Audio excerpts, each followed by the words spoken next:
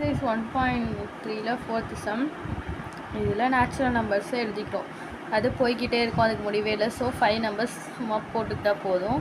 இதை வந்து இந்த எக்ஸுக்கிட்ட சப்ஸ்டியூட் பண்ணும். இந்த நம்பர்ஸ் எல்லாம் சப்ஸ்டியூட் பண்ணி நம்மளுக்கு வர ஆன்சர்ஸ் எல்லாம் எழுத ஆரம்பிக்கணும். ஸோ ஃபஸ்ட்டு ஒனுக்கு 1 ஆர் 2 1s ஆர் 2, 2ல் 1 போயிடுச்சுன்னா மீதி 1, 2 2s R 4, 4 - 1 3, 2 3s R 6, 6 - 1 5, 2 4s R 8, 8 - 1 7, 2 5s R 10, 10 - 1 9. இப்போ வந்து அதை வந்து ஒரு இந்த ஃபார்மில் எழுத சொல்லியிருக்கிறாங்க. இந்த ஃபார்மில் எழுதணும்னா ஸோ n ஆஃப் எக்ஸ்னு போட்டுக்கணும், n ஆஃப் எஃப் ஆஃப் எக்ஸ்னு போட்டு இது ஃபங்க்ஷன்னு எழுதிக்கிறோம்.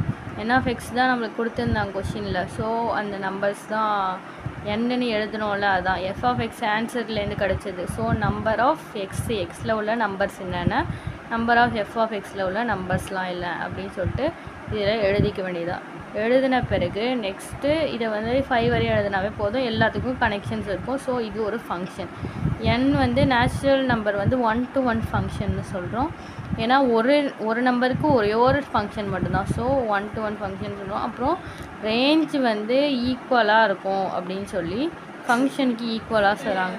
டு த கோடொமைன் ஆஃப் எஃப்க்கு ஈக்குவலாக இருக்கும் ரேஞ்சுன்னு சொல்லி சொல்கிறோம்.